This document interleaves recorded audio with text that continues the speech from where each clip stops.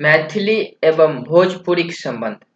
मैथिली का पूर्वांचलीय भाषा के अंतर्गत हम सबने बांग्ला संबंध, उड़िया संबंध, असमी संबंध देखा। अब हम मैथिली भोजपुरी संबंध देखेंगे, इसके बाद मगही संबंध देखेंगे।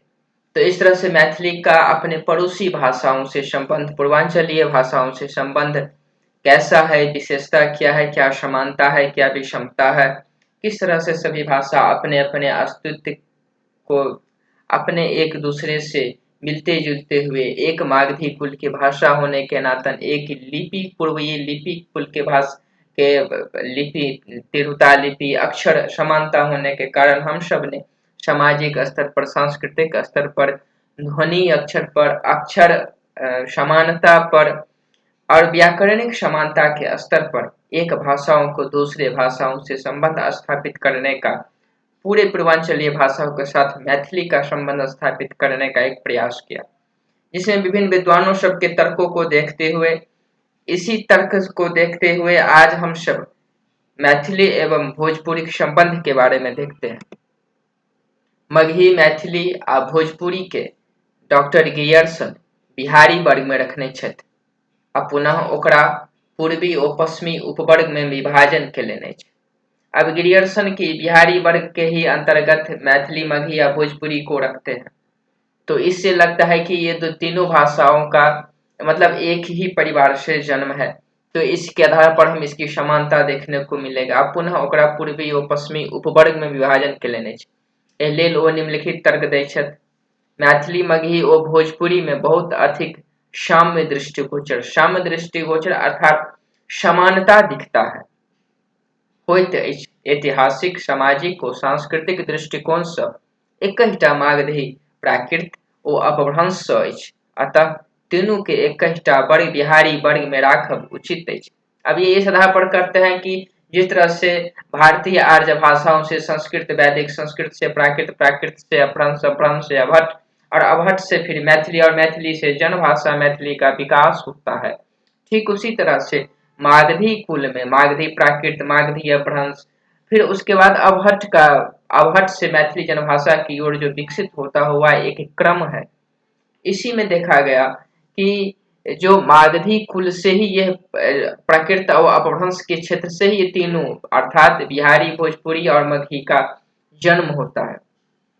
भोजपुरी क्षेत्र उत्तर प्रदेश में सेहो पड़ैत अछि। ई आरंभ सँ अपन पश्चिमी पड़ोसिन भाषा अवधी, अर्धमागधी, प्राकृत, अपभ्रंश अपन अस्तित्वक प्रभाव सँ प्रभावित रहल अछि। एहि हेतु भोजपुरी पर पश्चिमी प्रभाव सेहो देखऽ पड़ैत अछि। अतः भोजपुरी के पश्चिमी वर्ग वा मगही तथा मैथिली के पूर्वी वर्ग में राखब उचित अछि। तो ये इसने देखा कि भोजपुरी पर पश्चिमी प्रभाव अर्थात अवधी और मगही का प्रभाव देखने को मिलता है और भोजपुरी के पश्चिमी वर्ग मगही तथा मैथिली के पूर्वी भाग में रखते हैं। तो भोजपुरी को पश्चिमी भाग में वर्ग में रखते हैं। बिहारी भाषा को दो भाग में बांटते हैं, गियर्सन पूर्वी भाग और पश्चिमी भाग। पूर्वी भाग में मगही और मैथिली को रखते हैं और पश्चिमी भाग में भोजपुरी को रखते हैं, जिस पर की अवधी का प्रभाव होता है। डॉक्टर सुनीति कुमार अपन पुस्तक origin and development of Bengali language, आपको भी परीक्षा में ऐसे ही लिखना है, ये इंग्लिश में ही लिखना है। हमें अपनी बात जितनी आसानी से सामने वाले को बता सकते वो उतनी अच्छी है, जटिल नहीं बनानी है कि हम मतलब ये इंग्लिश में कैसे लिखें, ऐसा नहीं। हमें इस बुक का नाम ऐसे लिखना है तो लिखना है, इससे कोई दिक्कत नहीं है। Origin and development of Bengali language में आधुनिक भारतीय आर्य भाषा का वर्गीकरण करे, मागधी प्रसूत भाषा, मैथिली, मगही और भोजपुरी के सर्वप्रथम प्राच्य वर्ग अंतर्गत रख ले, प्राच्य अर्थात पूर्वी वर्ग के अंतर्गत रख ले। पुनः कुछ समानता और विभिन्नता, समानता और असमानता, विभिन्नता मतलब अंतर आधार पर यही तीनों भाषा के दो वर्ग में विभाजित कर लेने चाहिए। तीनों भाषा अर्थात भोजपुरी, मगही और मैथिली वर्ग विभाजित कर लेने चाहिए। केंद्रीय मागधी जिसमें मैथिली और मगही, और पश्चिमी मागधी जिसमें भोजपुरी और नगपुरिया और सदानिक संघ। नगपुरिया मतलब एक नगर का जो विकास होना शुरू हो गया था, तो कुछ नगर और सदानिक तो ये अलग अलग करके क्षेत्र अनुसार बांटे हैं। दो उपवर्ग विभाजन कारण क्रम में भोजपुरी के अलग उपवर्ग में रखबाक तर्क दैत कहैत छथि जे भोजपुरिया मैथिली मगही सो भिन्न भूमि पर अवस्थित है। स्वाभाविक है, भूमि तो अलग ही है। दुनूक व्याकरण पद्धति में तथा धातु रूप सब में विभिन्नता अछि। भाषा वैज्ञानिक दृष्टिकोण से भोजपुरी उत्तर प्रदेशक भाषा से निकट अछि। मैथिली समय भोजपुरीक उच्चारण एवं मैथिलीक उच्चारण में पूर्ण विभिन्नता अछि। ओहिमे दीर्घ उच्चारण अधिक अछि, मैथिली में हर्ष उच्चारण। किस तरह से हमने केंद्रीय मैथिली में देखे थे, जनै छी, करै छी, चलै छी, देखै छी, बुझै छी, तो ये हर्ष उच्चारण का उदाहरण है। जबकि दक्षिणी मानक मैथिली में हम लोग देखे थे कि दीर्घ स्वर होते हैं। तो यही मैथिली की विशेषता है कि जो खांटी मैथिली है उसमें हर्ष उच्चारण होता है, लेकिन भोजपुरी में दीर्घ होता है। दोनों को बहुवचनक रूप में तथा नाम रूपावली में भिन्नता है। बहुवचन अर्थात प्लूरल बनाने में, और नाम रूपावली अर्थात नाउन के उच्चारण भोजपुरी में और मैथिली में। भोजपुरी में ऐसन और मैथिली में एहन। भोजपुरी में का हो और मैथिली में कियो। अब यहाँ पर है कियो आदर रूप में, अनादर रूप में इसी को बोलेंगे तो कियो। बहुवचन भैया सब भोजपुरी में, और मैथिली में भाई सब, लैकन सब, इसे प्लूरल है, बहुवचन है। और मैथिली में छौड़ा सब। ध्वनि विभिन्नता मो ध्वनि भोजपुरी में रैखिक किंतु मैथिली में गोल। शब्द रूपिक अतिरिक्त धातु रूपावली से हो विभिन्नता अछि। जेना भोजपुरी में के किंतु मैथिली क केर कर होइत अछि।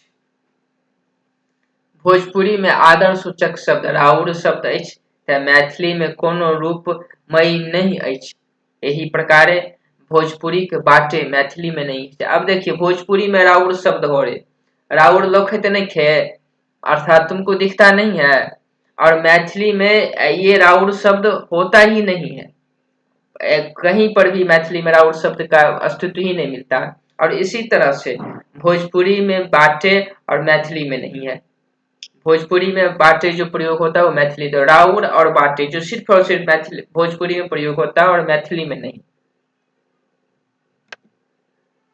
भोजपुरी में प्रत्यय द्वारा बहुवचन पर प्रत्यय लग जोड़ करके बनावल जाए, मुदा मैथिली में शब्द जोड़ी, जेना भोजपुरी में हमनी, मैथिली में हम सब। यहाँ पर सब प्रत्यय जोड़ दिया, और भोजपुरी में हमको ही हमनी कर दिया तो प्रत्यय हो गया, और मैथिली में प्रत्यय जोड़ करके तो हम सब हो गया।